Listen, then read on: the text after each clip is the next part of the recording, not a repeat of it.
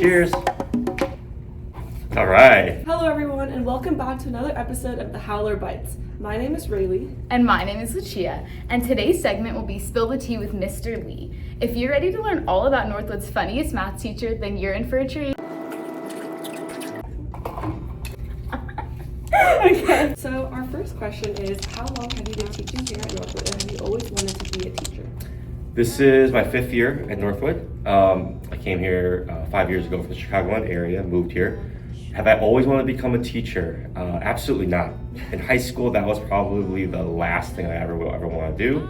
But after going through a couple of different career changes and getting a chance to experience working with kids more, I kind of realized that teaching is something that I grew to love. When you're in high school, what did you want to do? Honestly, just rich. My parents were kind of crazy. They pushed me to get like the best grades that you could ever get.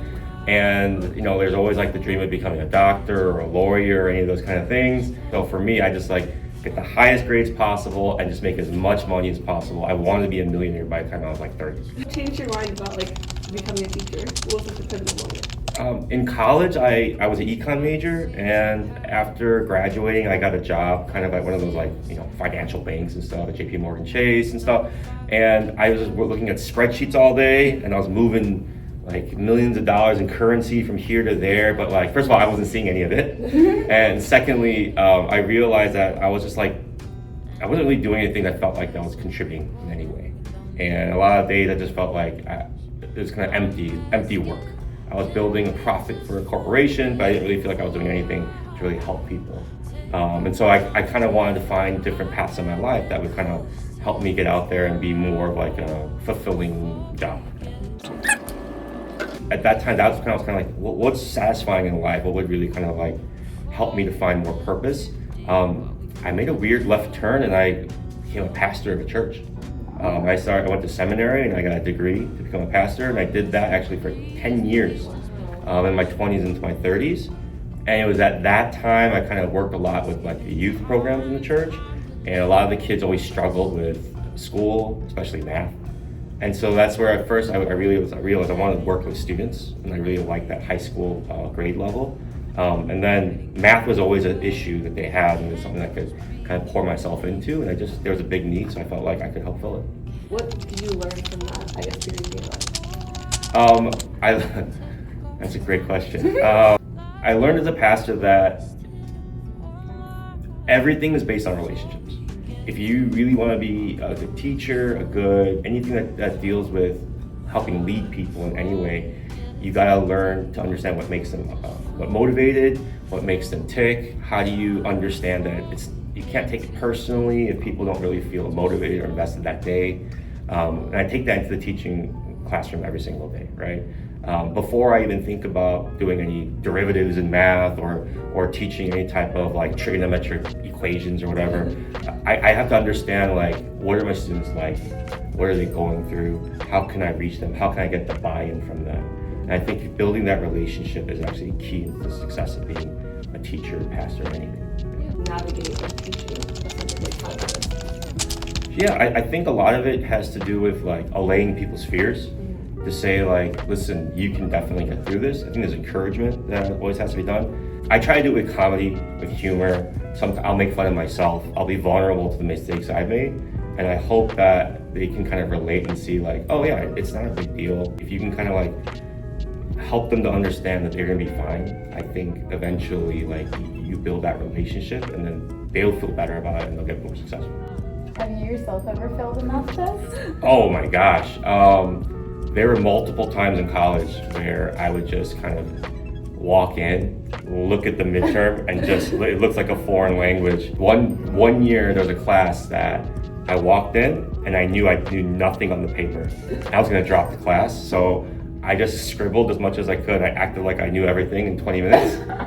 I went back up to the professor, I loudly slapped it on his desk and acted like I got a perfect score on it, and I kind of whispered out loud to everybody, "That's so easy." And I walked out the door. And everyone's like, "Wait, what's this guy doing?" It's a 2-hour test, right? Both as a student and as a teacher, what is the most important thing that you've learned? I was always afraid to ask questions in high school. I never rose my hand. I didn't want to look dumb. I felt like I should be able to figure it out myself, right?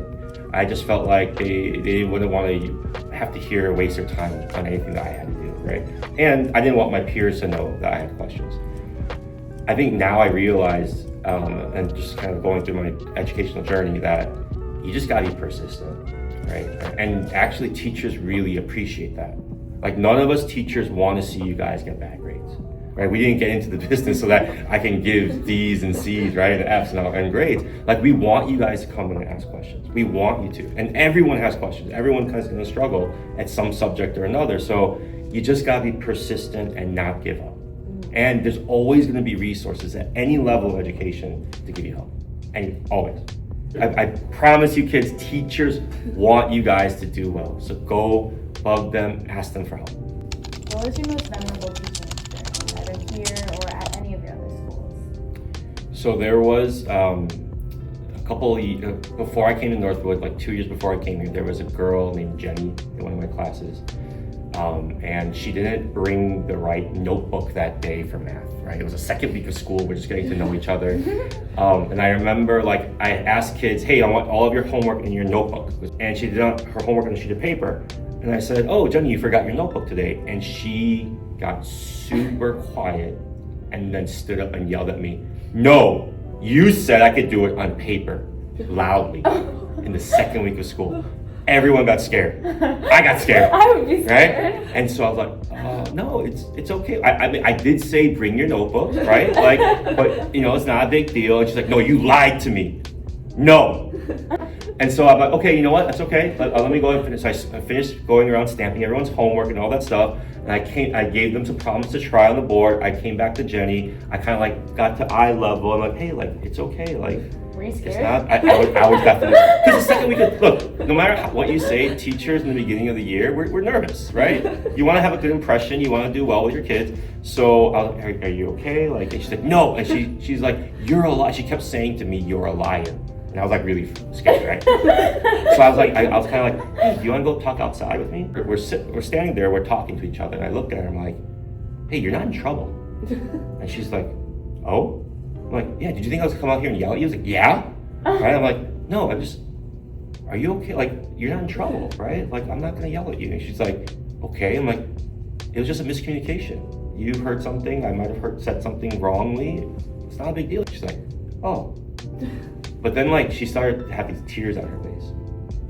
And she just started crying. And first of all, so at one point I'm scared. The next one I'm like, oh my God, what am I gonna do? So she's crying and I'm just like, kind of like, I'm worried about what's gonna happen. But then I kind of started to realize that like, as I got to know her later in the year, that she had a lot of bad relationships with teachers in the past. And a lot of it's her fault, right? And she confessed that to me. But I just kind of said, hey, like, if you have any issues, like, you can always just tell me beforehand. And so we started to build this relationship, and she started to buy in more. And that was really cool to see. And so that's just one memory I have for the last like 5 to 7 years, where I remember like, hey, this is like a girl who could be really successful. When you get to see the joy in them being successful, like if you love that, you love being a small part of someone's journey into their road to success, I think that sustains you through it, and that's what's really rewarding about it. But in the end, I think you just gotta love really building relationships and seeing people be successful. We have 3 drinks here. First, they're all from Pandora. We have the Cafe Pardis, which is 2 shots of espresso with caramel. We have a vanilla chai latte, and we have a vanilla matcha. Cheers. Cheers.